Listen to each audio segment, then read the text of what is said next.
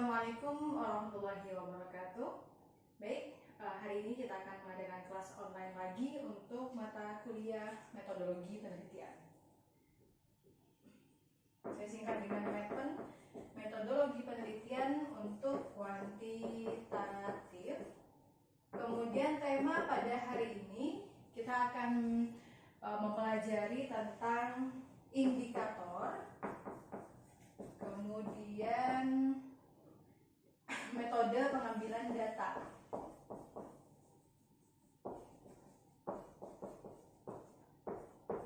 Nah, pada video yang sebelumnya saya sudah menjelaskan tentang beberapa jenis-jenis data di dalam penelitian kuantitatif. Penjelasan saya tentang data yang minggu lalu itu mungkin kurang begitu luas ya. Saya mencoba menambahkannya lagi di sini. Baik, data itu yang perlu diingat oleh teman-teman, yang dimaksud dengan data itu adalah segala macam informasi.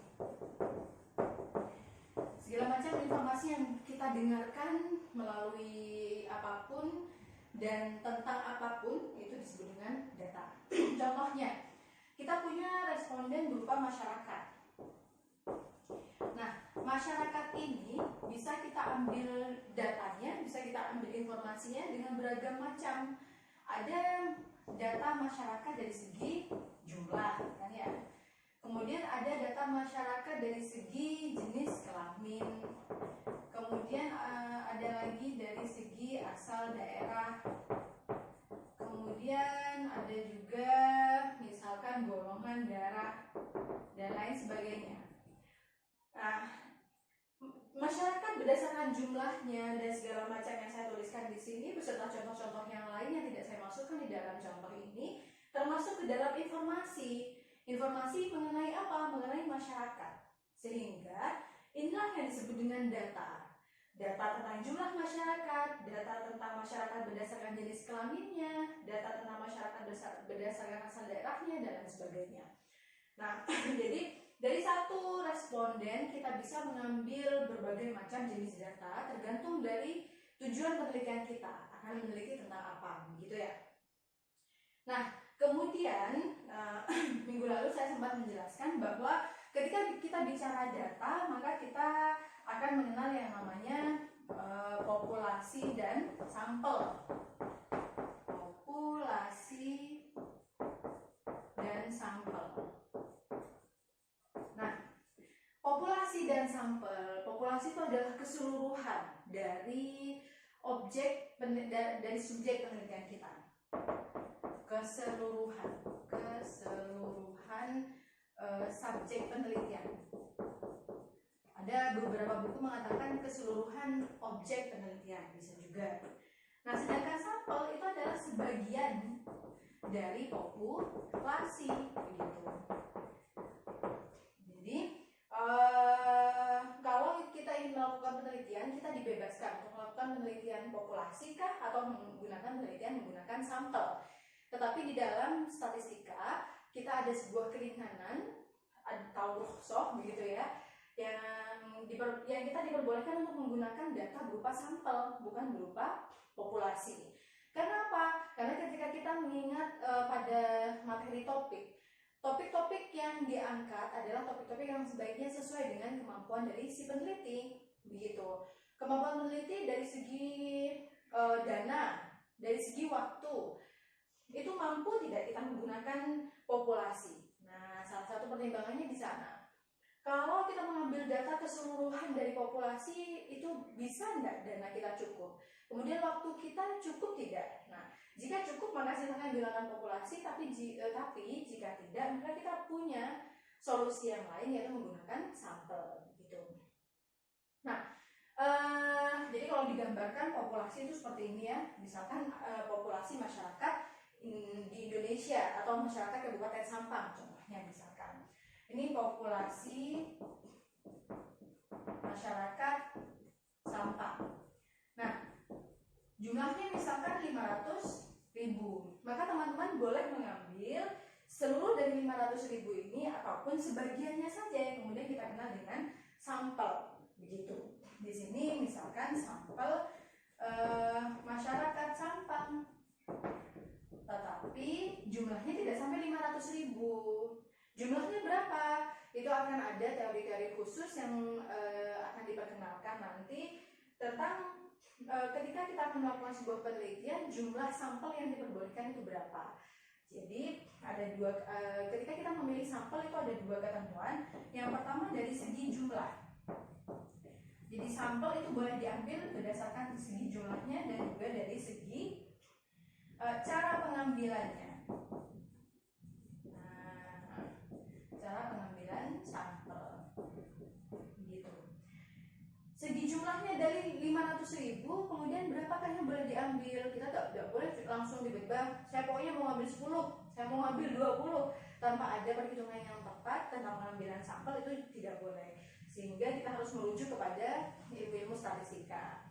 Di dalam ilmu statistika kita mengenal ada penelitian yang namanya korelasi. Maka analisis yang menggunakan korelasi atau analisis berupa hubungan itu kita minimal itu 30. Nah, 30 responden. Kemudian ada lagi deskriptif. Nah, deskriptif ini minimal 10%, minimal ya. Kemudian ada lagi komparatif. Ada lagi pertimbangan yang lain. Nah, ini semua sudah dikemukakan oleh ahli statistika. Ada ahli statistika yang lain yang mengatakan perhitungannya berbeda lagi, begitu. Tetapi kan kita boleh menggunakan salah satunya saja. Kemudian yang penting kita punya landasan ketika menentukan jumlah dari penelitian tersebut, jumlah dari sampel penelitian tersebut. Kemudian setelah kita tentukan, misalkan dari 500.000, kemudian kalau kita menggunakan korelasi kan minimal 30, berarti kita mungkin memperbolehkan 30. Atau ada lagi yang mengharuskan menggunakan suatu perhitungan, ada namanya rumus, nanti saya tuliskan nama rumusnya, itu mengatakan bahwa suatu rumus n kuadrat dan sekian-sekiannya, sehingga ketika dihitung bisa saja keluar menjadi 100 orang saja, begitu. Nah, sehingga jumlah sampel yang sekian itulah yang kita gunakan di dalam penelitian. Nah, setelah kita tentukan misalkan nih 30 atau 10% dari 500, maka jumlahnya adalah 50 gitu ya, atau 50. Nah, cara pengambilan sampel si 30 orang dan si 50 orang ini kita ambil dengan cara apa, begitu kan ya. Nah, ini ada cara yang kita kenal nanti, ada random sampling namanya, dan ada non-random sampling gitu. Nah, random sampling itu artinya acak. Kita mengambil data itu secara acak. Sedangkan non-random sampling berarti non-random, tidak secara acak gitu. Kemudian di sini ada simple, random. Kemudian ada yang lainnya ya. Nanti saya kirimkan filenya. Kalau saya terangkan semuanya di sini, waktu kita akan terlalu banyak. Kemudian non-random sampling di sini ada snowball. Ada lagi yang namanya purposive. Snowball itu bola salju. Artinya kita mengambil awalnya misalkan hanya 2 sampel. Kemudian dari 2 sampel ini kita menambah lagi, di sini ada sampel ke-3, sampel ke-4, di sini sampel ke-5, sampel ke-6, misalkan di sini sampel ke-7. Di sini kita tambah lagi sampai akhirnya kita merasa cukup informasi yang kita butuhkan gitu. Tidak perlu semuanya diambil. Kalau semuanya diambil jadi populasi lagi gitu. Tetapi kalau snowball ini cukup sebagian saja yang kita ambil, sampel saja, tetapi dengan cara yang bertahap sehingga jumlah yang kita butuhkan dari informasi tersebut terasa tercukupi, maka kita berhenti untuk mengambil sampel secara snowball. Jika purposive itu berdasarkan suatu tujuan kita memilih mereka gitu. Itulah contoh-contoh dari cara pengambilan sampel. Untuk lengkapnya nanti saya beri filenya.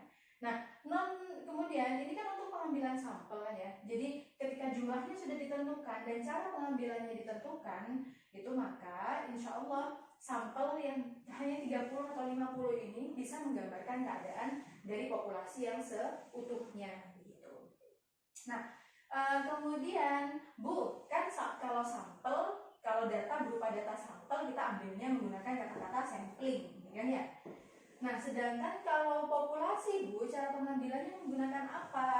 Saya tuliskan di sini ya. Ketika sampel maka menggunakan metodenya namanya sampling. Ketika populasi maka metode yang digunakan adalah sensus. Begitu. Teman-teman masih sering mendengar kata-kata sensus penduduk. Nah, itu artinya kita akan melakukan penelitian terhadap jumlah pendataan terhadap jumlah penduduk di seluruh Indonesia. Jadi seluruh masyarakat Indonesia akan digunakan sebagai responden penelitian, begitu, sehingga dinamakan sebagai sensus. Sensus ekonomi, begitu juga. Sensus ekonomi itu diadakan sekitar 2 tahun sekali, begitu kan ya. Nah, kemudian apa fungsinya? Untuk mengukur tentang ekonomi, keadaan ekonomi dari masyarakat di Indonesia, begitu. Yang kemudian akhirnya kita akan mendapatkan data tentang rata-rata pendapatan nasional, rata-rata pendapatan masyarakat, seperti itu. Itu berasal dari sensus ekonomi. Nah, itu tadi tentang penjelasan populasi dan sampel ya.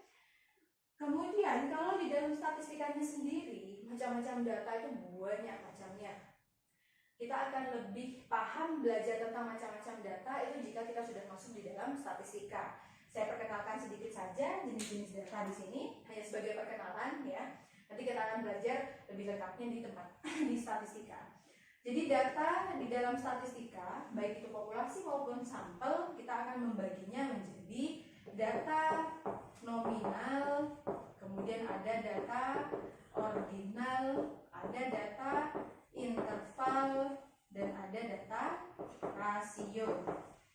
Intinya ini adalah data kualitatif dan ini adalah data kuantitatif, begitu. Kualitatif dan ini kuantitatif. Kemudian ada lagi data berdasarkan cara pengambilannya. Saya hapus sampel ini ya, agar nulisnya lebih mudah. Gimana ini penghapus saya? Sebentar.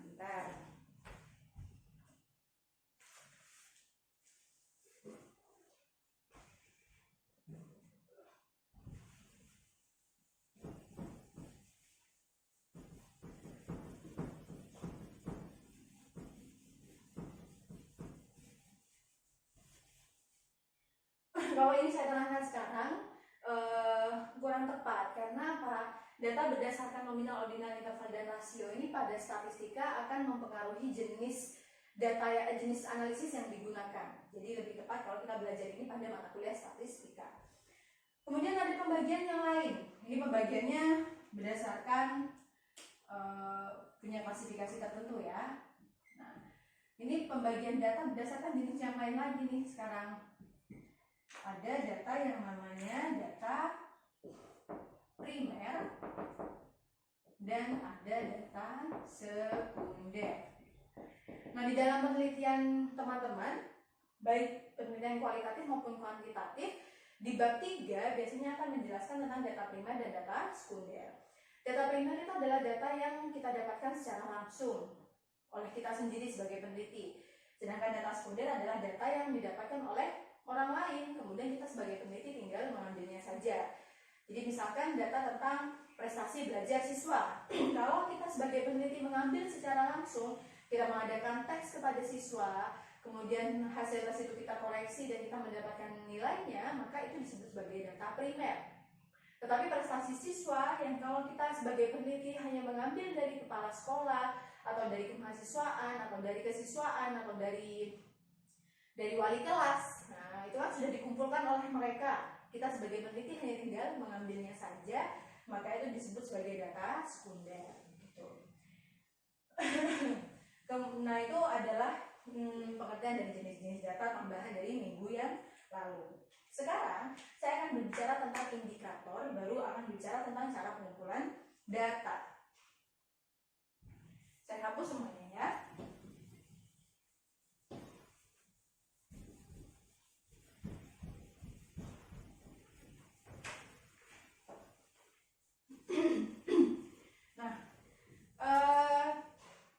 Sering ada pertanyaan, bagaimanakah sebuah penelitian itu bisa menghasilkan sebuah penelitian yang meyakinkan tingkat kebenarannya, gitu. Bu, bagaimana kita bisa yakin bahwa penelitian ini cukup bisa dipercaya, gitu. Salah satunya adalah yang pasti kita melakukan semuanya berdasarkan aturan yang ada di dalam metodologi penelitian, mulai dari pencarian masalah yang tepat menggunakan referensi, kemudian penyusunan rumusan masalah yang tepat sesuai referensi, kemudian pembuatan kerangka berpikir yang tepat, pembuatan hipotesis yang tepat, analisis yang tepat. Itu maka insya Allah penelitian yang kita lakukan akan sesuai dengan tracknya dan menghasilkan kesimpulan yang juga bisa dipercaya. Nah, salah satu yang paling penting di dalam penelitian itu adalah dari datanya, begitu. Jadi data itu memegang peranan penting karena teman-teman bayangkan, ketika kita melakukan penelitian kan kita harus menentukan masalah terlebih dahulu, ya kan ya. Setelah masalah ditentukan, kita menentukan topik. Setelah itu baru ada rumusan masalah. Setelah itu baru ada kerangka berpikir, saya singkat dengan KB. Setelah itu ada hipotesis kalau di dalam penelitian kuantitatif, kemudian ada analisis, kemudian ada interpretasi. Nah, semua hal ini adalah metodologi penelitian, cara-cara di dalam melakukan penelitian. Kemudian kita sudah masuk ke semua penjelasan sampai hipotesis kemarin, kemudian sekarang kita akan masuk ke analisis, ceritanya begitu. Di dalam analisis ini ada yang namanya pengumpulan data. Pengumpulan data. Nah, data yang oke. Kan kalau kita melakukan penelitian itu judul yang bagus, rumusan masalah yang bagus, kerangka berpikir yang bagus tidak akan pernah selesai jika kita tidak mengambil data. Karena data ini kan merupakan hal yang krusial di dalam sebuah penelitian. Setelah data kita peroleh, baru kita bisa analisis dan kita tarik kesimpulan. Kalau kita tidak pernah mengambil data, maka penelitian kita tidak akan pernah selesai, begitu kan ya. Nah, kemudian sehingga data ini menempati posisi yang krusial. Data yang tidak benar, data yang tidak absah, tidak valid dan tidak reliable itu akan menghasilkan, teman-teman bisa membayangkan datanya aja salah. Kemudian bagaimanakah dari hasil kesimpulan? Maka kemungkinan besar hasil kesimpulan juga tidak akan menggambarkan keadaan yang sebenarnya terjadi di masyarakat gitu. Kalau sudah kesimpulan dari penelitian kita tidak menggambarkan keadaan yang sebenarnya, maka bisa saja penelitian kita tidak memiliki manfaat yang baik untuk pengembangan keilmuan maupun untuk penyelesaian masalah. Sehingga pengumpulan data ini penting sekali untuk bisa diterapkan dengan baik. Lalu bagaimanakah Bu caranya agar saya mendapatkan data yang baik? Data yang baik itu caranya bagaimana? Nah, pertama teman-teman harus memahami cara pengumpulan datanya yang tepat itu bagaimana. Kemudian yang paling baik itu adalah kita ketika akan menyusun, kan metode pengambilan data itu nanti adalah langkah-langkah yang digunakan untuk mengambil data. Bisa menggunakan 5 langkah, wawancara atau observasi atau angket atau tes atau dokumentasi. Nah, kelima hal ini baik wawancara dan lain sebagainya akan dapat mengumpulkan data yang baik jika kita menyusun pertanyaan-pertanyaan pada kelima metode ini menggunakan indikator yang tepat. Jadi data yang baik itu disusun, data yang baik diperoleh dengan metode yang baik juga. Metode pengumpulan yang baik. Metode pengumpulan yang baik itu bagaimana? Metode yang pengumpulan yang baik salah satunya adalah disusun dengan indikator yang tepat. Nah, jadi ketika kita akan membuat pertanyaan, misalkan kita menggunakan wawancara, kita turun ke masyarakat, kemudian kita akan menanyakan, mengumpulkan data tentang objek penelitian kita. Nah, tapi kita nggak menggunakan indikator, langsung kita tembak. Misalkan kita ingin mengumpulkan data tentang kualitas SDM, kualitas dari guru. Tapi kita tidak punya bayangan kualitas SDM atau kualitas guru ini sebenarnya ruang lingkupnya apa ya. Tapi kita langsung tanya ke masyarakat, ke guru, ke kepala sekolah, langsung wawancara, Pak, bagaimana menurut Anda tentang kualitas SDM? Begitu. Maka setiap orang akan menjawab pertanyaan yang kita ajukan itu tergantung dengan tingkat pemahaman mereka tentang kualitas SDM. Bisa saja orang berpendapat bahwa kualitas SDM itu yang penting rajin. Nah, kita tanya kepala sekolah, Pak, bagaimana kualitas SDM? Bagi Pak Kepala Sekolah, yang dimaksud dengan kualitas SDM itu rajin. Saya tuliskan di sini ya. Kualitas SDM. Kita nggak pakai indikator nih menyusun tolak ukur, nggak pakai. Kita langsung pakai pertanyaan secara langsung. Bagaimana kualitas SDM di sekolah Anda?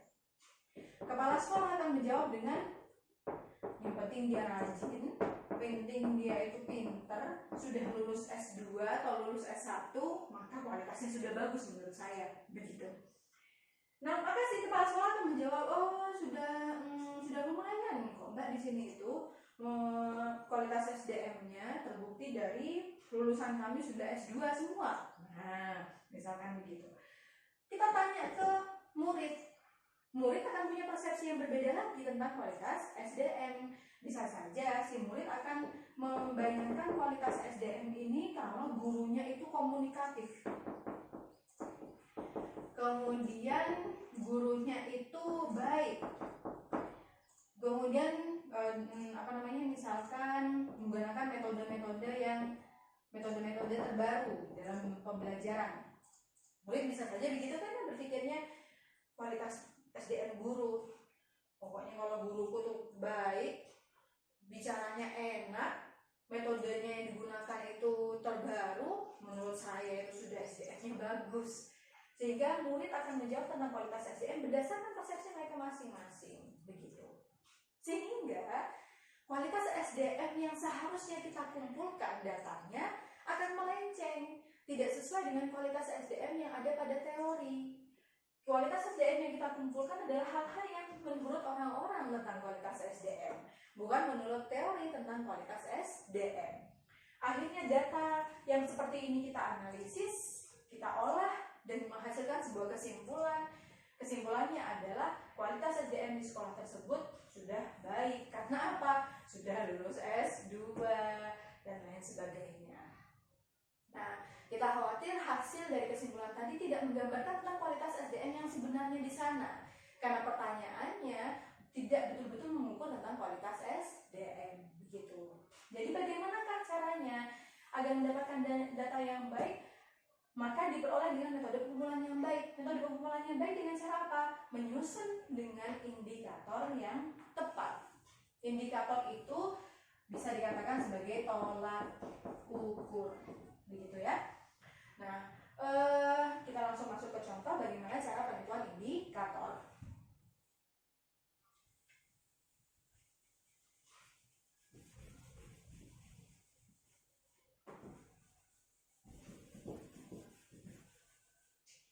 Tuliskan di sini ya. Misalkan Bu, saya ingin melakukan penelitian tentang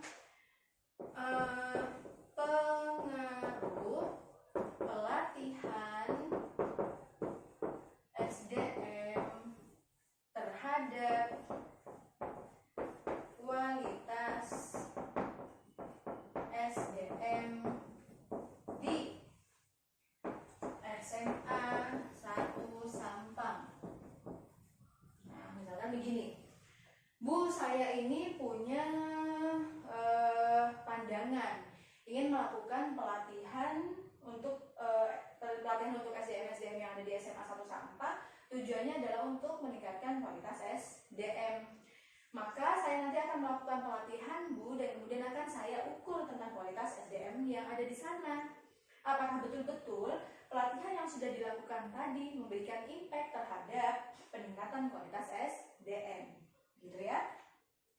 Maka dari judul ini atau topik ini, manakah yang menurut teman-teman merupakan objek penelitian? Ingat, objek penelitian adalah fokus penelitian.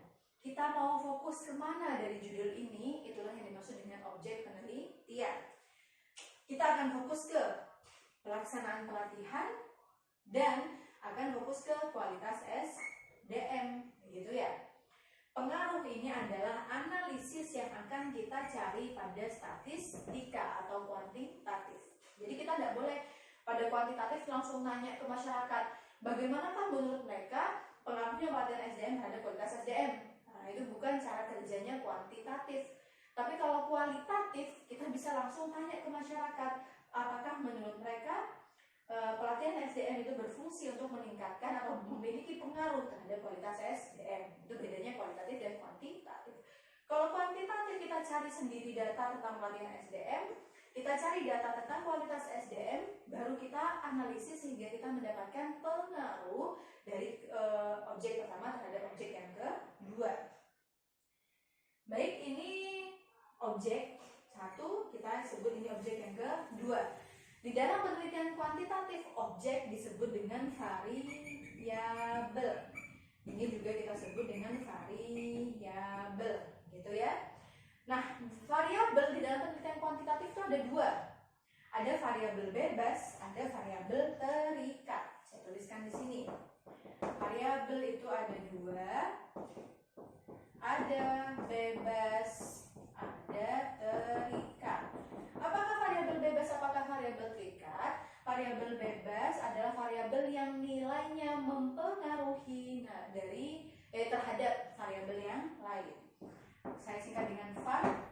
Variabel bebas adalah variabel yang mempengaruhi siapa? Mempengaruhi variabel yang lain.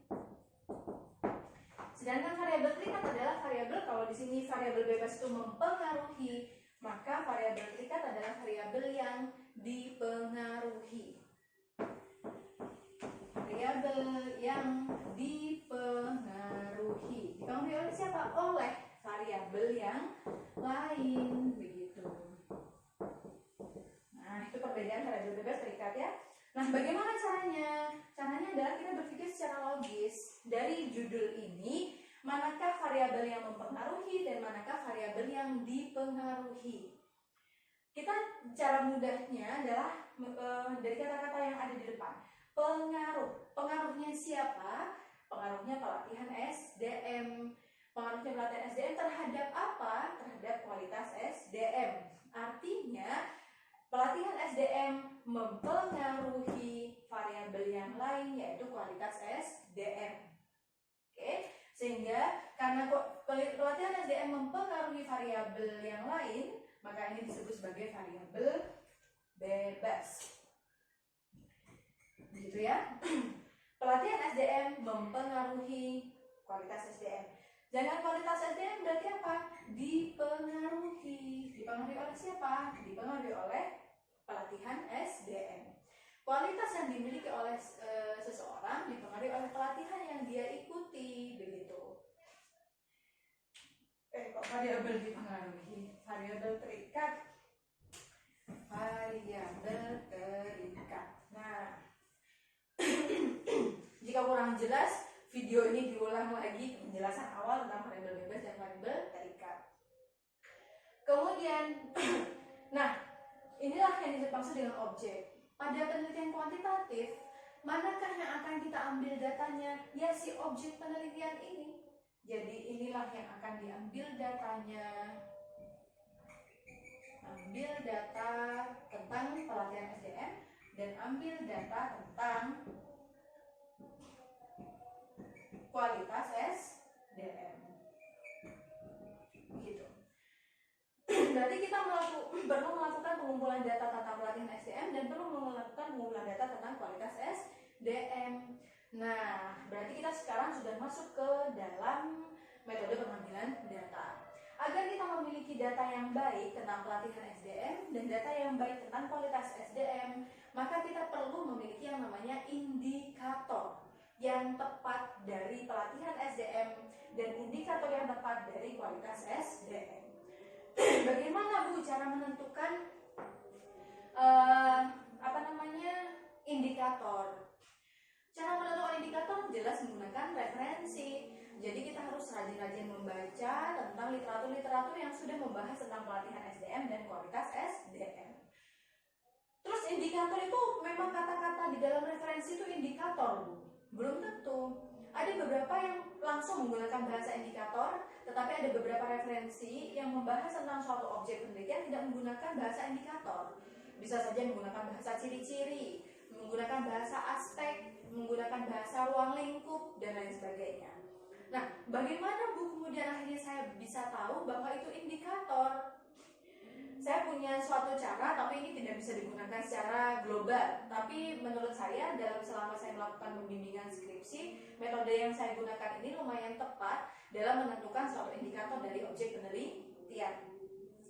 Jadi dalam menentukan indikator, kalau yang menurut saya metode yang saya temukan adalah membuat suatu pertanyaan. Kita ingin menentukan, jadi saya tuliskan di sini ya. Karena kita mau mengambil data tentang pelatihan SDM, maka kita perlu menentukan indikator. Indikator dari apa? Dari pelatihan SDM. Kemudian karena kita akan mengambil data tentang kualitas SDM, maka apa? Kita perlu menentukan yang namanya indikator. Indikator dari apa? Dari kualitas SDM. Yuk, mulai dari sekarang kita harus rajin membaca. Download sebanyak-banyaknya referensi yang berhubungan dengan objek penelitian kita. Nah, pelatihan SDM kan download pelatihan SDM. Kemudian misalkan dapat 10 lembar atau 12 lembar, ya silakan dibaca tentang 12 lembar itu. Kemudian manakah kira-kira yang bisa menjadi gambaran dari indikator? Kata saya tadi, salah satu cara, tapi bukan cara yang mutlak, tapi salah satu cara yang bisa digunakan untuk menentukan indikator adalah membuat pertanyaan. Contohnya kita ingin mencari indikator. Saya hapus variabel ya.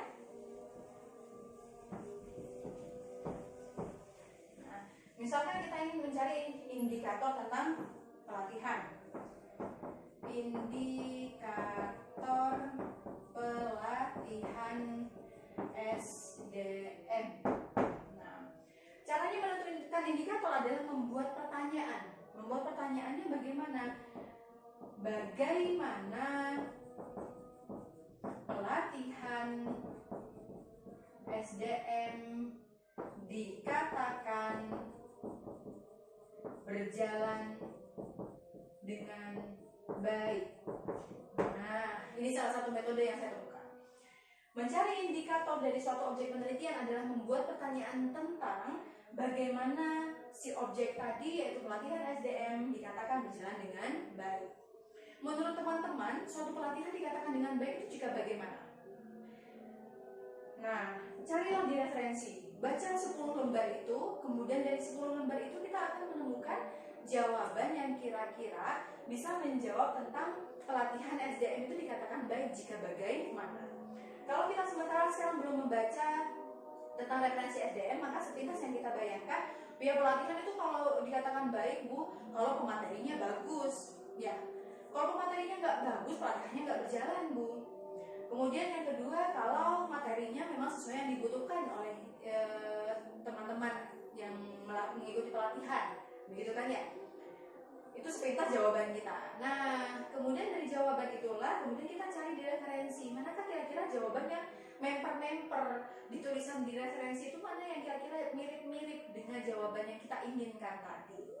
Nah, saya sudah mengumpulkan dari referensi tentang pelatihan SDM. Ini menurut Anwar, jadi referensi yang diungkapkan oleh Anwar mengatakan bahwa yang dimaksud dengan indikator pelatihan SDM itu adalah pertama dari segi instrukturnya atau pelatihnya.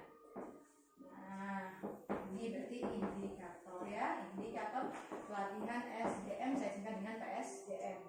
Kemudian dari segi materinya, kemudian dari segi metodenya, kemudian ada lagi dari segi instruktur peserta, ada peserta juga, kemudian instruktur peserta, tujuan dan sasaran. Nah, ini menurut Anwar. Ketika teman-teman mencari referensi lain tentang pelatihan SDM yang dikemukakan oleh orang lain bisa saja berbeda pendapatnya, tapi saya rasa tidak akan jauh berbeda. Kalau misalkan di Anwar ada 5, mungkin di yang lain ada 7, mungkin yang di lain lagi ada 4, tetapi pasti tidak jauh berbeda dari yang saya tuliskan ini. Nah, inilah yang dimaksud dengan indikator. Jadi kalau instrukturnya ada dan baik, materinya ada dan baik, metodenya ada dan baik, pesertanya ada dan baik dan sesuai dengan kualifikasi dari pelatihan, kemudian tujuan dan sasaran dari pelatihan itu jelas, itulah yang dimaksud dengan indikator. Sehingga ketika teman-teman akan membuat pertanyaan pertanyaan tentang pelatihan SDM, teman-teman silakan membuat pertanyaan yang berhubungan dengan instruktur, materi, metode, peserta, dan tujuan sasaran. Jangan langsung bertanya ke guru. Bu, saya mau tanya ke guru, apakah bagaimana pelatihan SDM? Terus langsung kita tanya, Bu, saya mau tanya, bagaimana pelatihan SDM yang Ibu ikuti? Begitu ya. Lagi-lagi setiap orang akan menjawab pelatihan SDM sesuai dengan persepsinya masing-masing. Bisa saja ada yang mengatakan bahwa dari segi metodenya, tapi dia melupakan dari segi kepesertaannya. Bisa saja orang akan menjawab lagi tentang pelatihan SDM dari pematerinya, tetapi dia melupakan tentang metodenya dan lain sebagainya. Ya, artinya ketika kita membuat pertanyaan tentang PSDM, pelatihan sumber daya manusia, maka buatlah pertanyaan yang betul-betul menggambarkan tentang PSDM itu berdasarkan indikator yang sudah ada. Jadi tanyakan instrukturnya, tanyakan bagaimana materinya, tanyakan metodenya, tanyakan pesertanya, dan tanyakan tujuan sasaran. Sehingga data tentang pelatihan SDM yang kita peroleh itu insya Allah akan menggambarkan tentang keadaan dari pelatihan SDM yang sebenarnya. Karena kita sudah membuat suatu ruang lingkup pertanyaan, mereka harus menjawab, si orang responden ini harus menjawab 5 hal ini, nggak boleh kurang gitu, paham ya? Kemudian, setelah itu kita menyusun indikator dari objek yang kedua, yaitu indikator tentang kualitas SDM. Kualitas SDM. Nah, ini lagi-lagi kita harus menggunakan referensi. Download materi tentang kualitas SDM, kemudian buat juga pertanyaan. Bagaimana kualitas SDM dikatakan baik? Bagaimana sebenarnya suatu SDM dikatakan memiliki kualitas yang baik? Nah, itu jawaban, rancangan-rancangan jawaban yang ada di dalam pikiran kita, kemudian kita cocokkan dengan referensi yang ada. Dari semua tulisan dari halaman 1 sampai 20, manakah kira-kira yang bisa menjawab pertanyaan bagaimana kualitas SDM itu dikatakan baik? Nah, berdasarkan hasil referensi yang saya cari, menurut Sedar Mayanti mengatakan bahwa yang dimaksud dengan pelatihan kualitas sumber daya manusia itu adalah dari segi kemampuan fisik dan kemampuan non fisik. Nah, kemudian ini kan indikatornya ya, kemampuan fisik dan kemampuan non fisik. Kemampuan fisik kita jabarkan lagi, kita punya indikator, kemudian kita jabarkan menjadi sub-indikator. Kemampuan fisik itu apa contohnya? Ya, kesehatan, gitu ya. Kesehatan jasmaninya, kemudian kesehatan jasmani dan rohani. Kemudian kemampuan non fisik itu meliputi kecerdasan,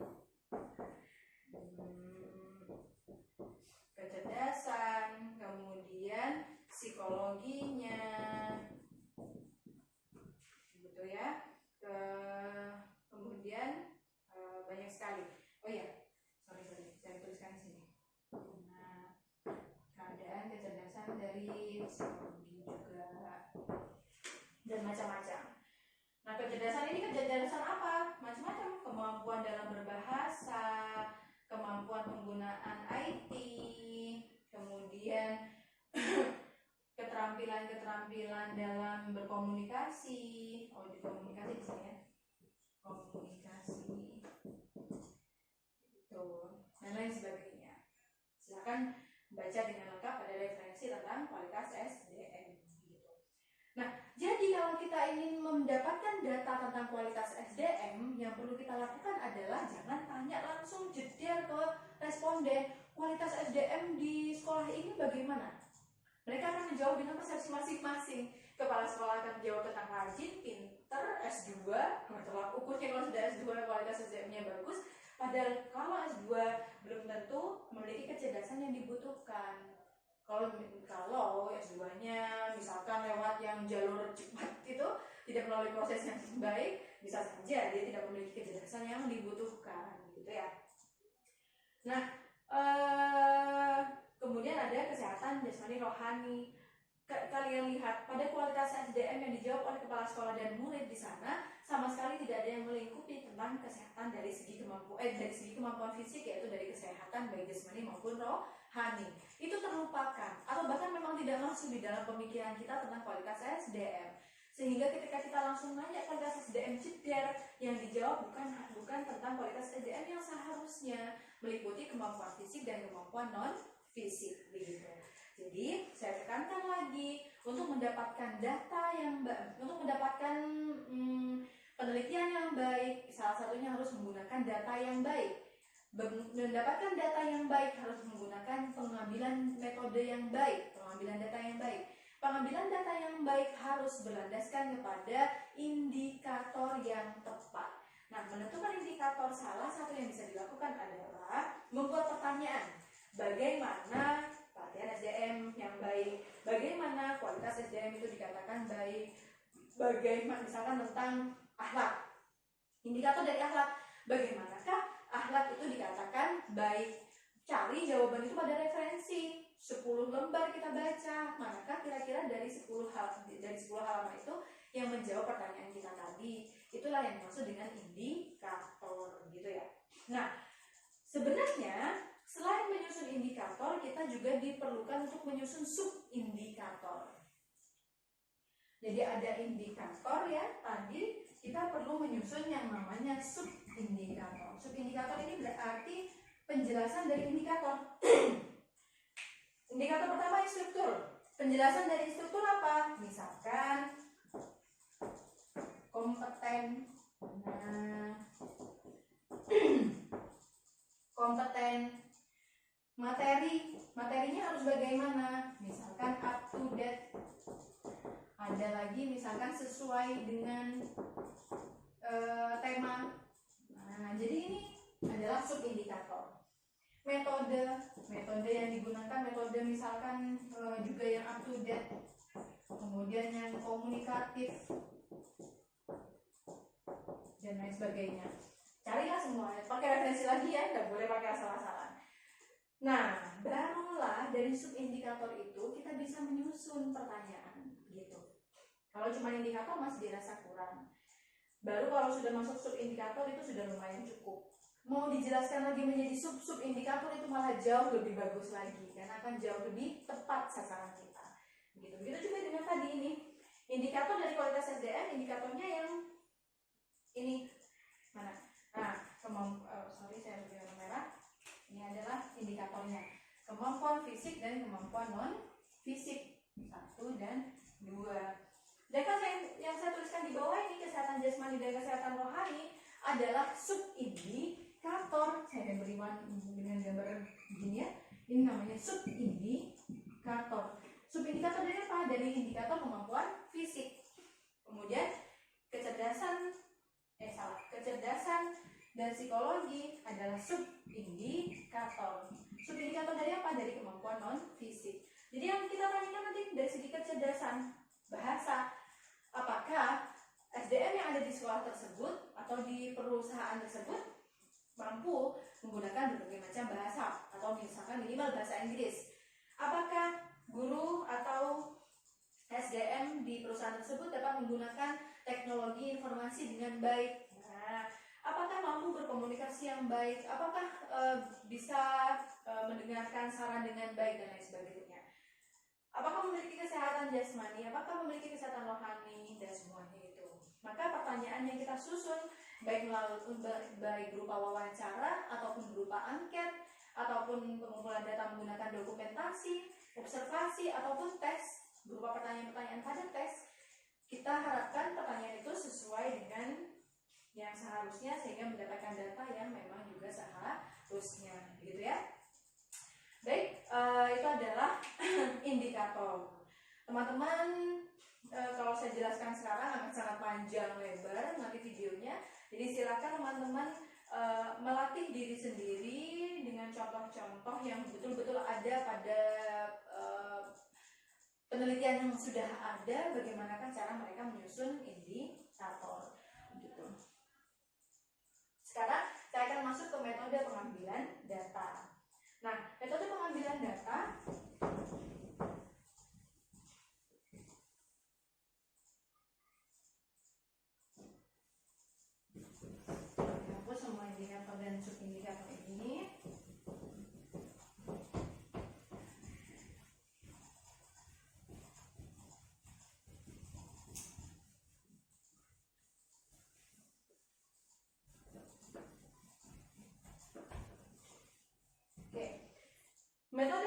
pengambilan data. Lagi-lagi yang harus diambil datanya adalah objek penelitian. Bagaimanakah metode pengambilan datanya? Kita mengenal di dalam ilmu metodologi penelitian, metode dalam pengumpulan data itu ada satu, yaitu observasi. Yang kedua ada wawancara. Yang ketiga ada dokumentasi. Kemudian ada angket. Dan yang terakhir ada tes. Ini adalah 5 langkah atau metode yang dapat digunakan bagi peneliti untuk mengumpulkan data penelitian. Observasi itu artinya turun ke lapangan. Bedakan observasi dengan wawancara. Kamu sampai menggunakan pengumpulan apa? Menggunakan observasi, Bu. Kenapa kok observasi? Karena saya turun ke lapangan, kemudian saya bertanya kepada masyarakat. Nah, itu bukan observasi lagi, tetapi sudah masuk ke dalam ranah wawancara. Observasi itu contohnya apa? Ya kita betul-betul turun ke lapangan dan menggunakan panca indera kita untuk mendapatkan data. Panca indera ya berarti indera melihat, indera pencium, indera perasa, indera apa ini? Rasa juga ini ya. Dan lain sebagainya, indera pendengaran. Nah, itu adalah cara pengumpulan data pada observasi. Jadi kalau pada contoh-contoh pendidikan, teman-teman yang ingin melakukan penelitian dengan observasi, contohnya misalkan turun ke kelas, kemudian menilai apakah kelas yang ada tersebut efektif atau tidak. Dengan cara bagaimana? Masuk ke dalam kelasnya, duduk di pojokan di belakang kelas, kemudian perhatikan keadaan di kelas. Ini kayaknya efektif enggak ya kelasnya? Begitu. Nah, lagi-lagi ketika kita menggunakan observasi harus menggunakan indikator. Kata saya tadi, kita akan mengobservasi tentang efektivitas pembelajaran. Efektivitas pembelajaran butuh indikator. Agar apa? Agar observasi yang kita lakukan, pengamatan yang kita lakukan itu betul-betul menggambarkan tentang efektivitas pembelajaran. Kalau kita nggak punya indikator efektivitas pembelajaran, bisa yang kita nilai yang penting pokoknya aktif, kelasnya ramai, sudah itu bagi saya efektif belajarnya. Khawatirnya ada hal-hal yang berhubungan dengan efektivitas pembelajaran yang tidak kita ketahui dan kita tidak nilai pada observasi karena kita tidak tahu begitu, sehingga hasil dari kesimpulan kita juga tidak tepat. Kemudian wawancara. Nah, wawancara seperti yang sudah biasa teman-teman ketahui ya, wawancara itu ada macam-macam. Beberapa buku ada yang mengklasifikasikannya menjadi 2, ada yang menjadi 3. Ada yang terstruktur, ada yang semi terstruktur, dan ada yang tidak terstruktur. Terstruktur itu berarti kita membuat pertanyaannya betul-betul terstruktur satu persatu kita membuat pertanyaannya. Kalau semi terstruktur itu kita punya tidak terlalu struktur ya, intinya kita punya garis besarnya saja. Kalau tidak terstruktur malah kita tidak menggunakan pertanyaan secara runtun pada responden kita, tetapi kita hanya menggunakan indikatornya saja tadi itu. Kemudian dokumentasi. Dokumentasi itu berarti yang mencari data melalui dokumen-dokumen yang sudah ada. Nah, data pada dokumentasi jelas merupakan data sekunder yang saya terangkan tadi. Karena dokumentasi kan sudah dikumpulkan oleh orang lain. Jadi kalau kita mengambil metodenya adalah metode dokumentasi, maka data yang dihasilkan pasti data sekunder. Begitu ya. Kalau observasi kemungkinan ada sekunder, ada primer. Kalau wawancara jelas data primer. Kemudian angket. Nah, angket itu kalau teman-teman tahu biasanya itu berupa kertas seperti ini ya. Nah, berupa kertas misalkan di sini adalah penilaian kepuasan layanan rumah sakit. Layanan rumah sakit. Di sini ada pertanyaan 1, 2, 3, 4 dan seterusnya menggunakan indikator, jangan lupa. Di sini ada pilihan sangat setuju, setuju, tidak setuju, sangat tidak setuju. Jika kalian menemukan pertanyaan dengan bentuk yang seperti ini, pilihan jawabannya ada kurang baik, baik, sangat baik dan seterusnya. Ada sangat jelas, jelas, kurang jelas, tidak jelas, sangat tidak jelas dan lain sebagainya. Itulah contoh dari penilaian, contoh dari angket. angket ini bisa menggunakan tadi ya, sangat tidak dan lain sebagainya. Ini disebut sebagai skala Likert. Skala Likert itu ada sangat setuju, misalkan SS sangat setuju ya, nilainya 5, setuju 4. Kalau ada kata kurang, nah, itu bukan kurang ya, ragu-ragu. Ketiga, tidak setuju 2, sangat tidak setuju 1.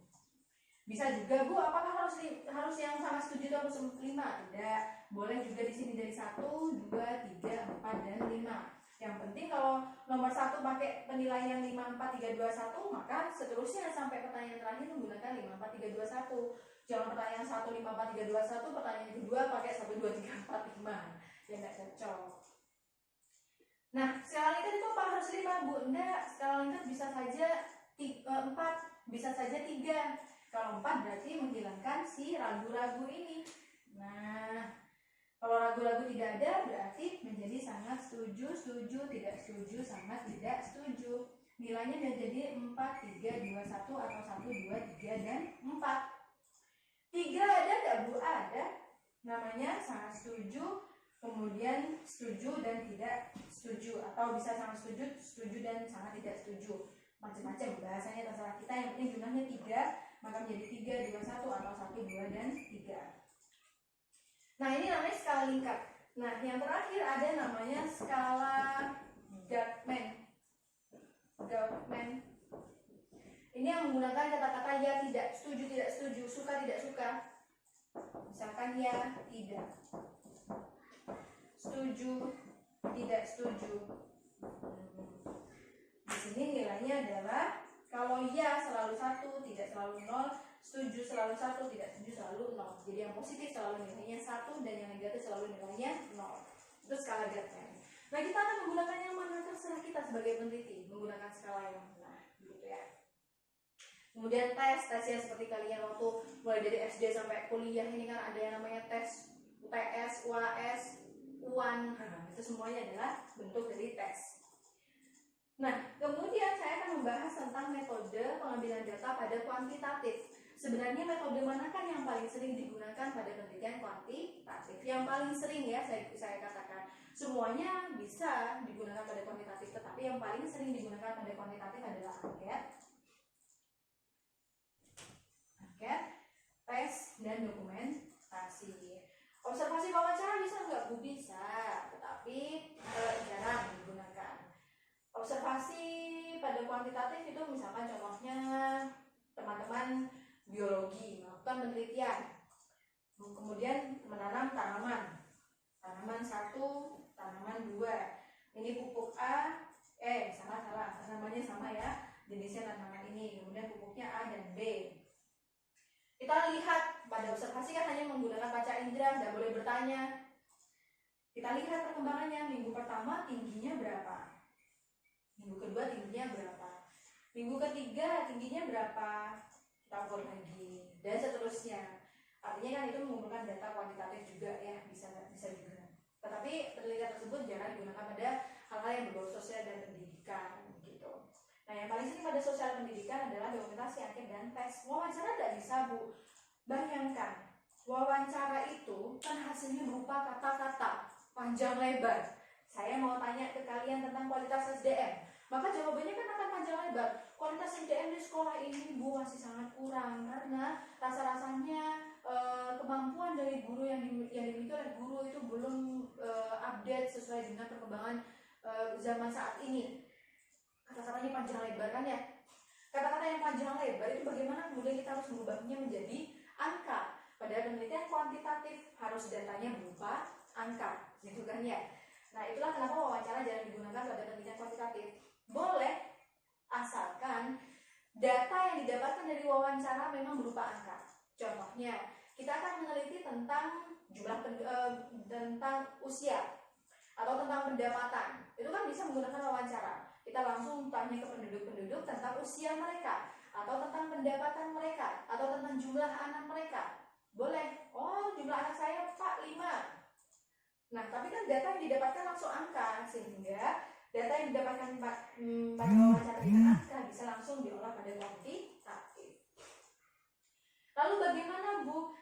yang berupa non angka, caranya bisa dijadikan angka menggunakan skala Likert ini, begitu. Contohnya ini, SDM, pelatihan SDM, itu angka atau non angka? Pelatihan SDM.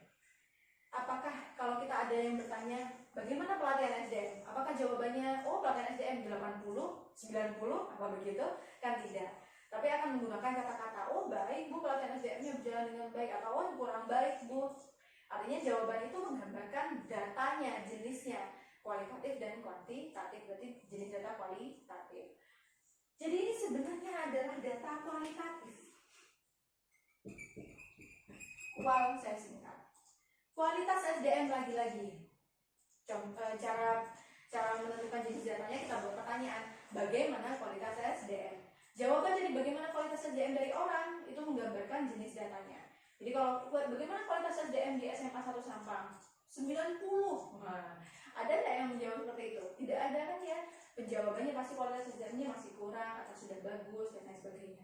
Artinya itu jenis datanya adalah data kualitatif.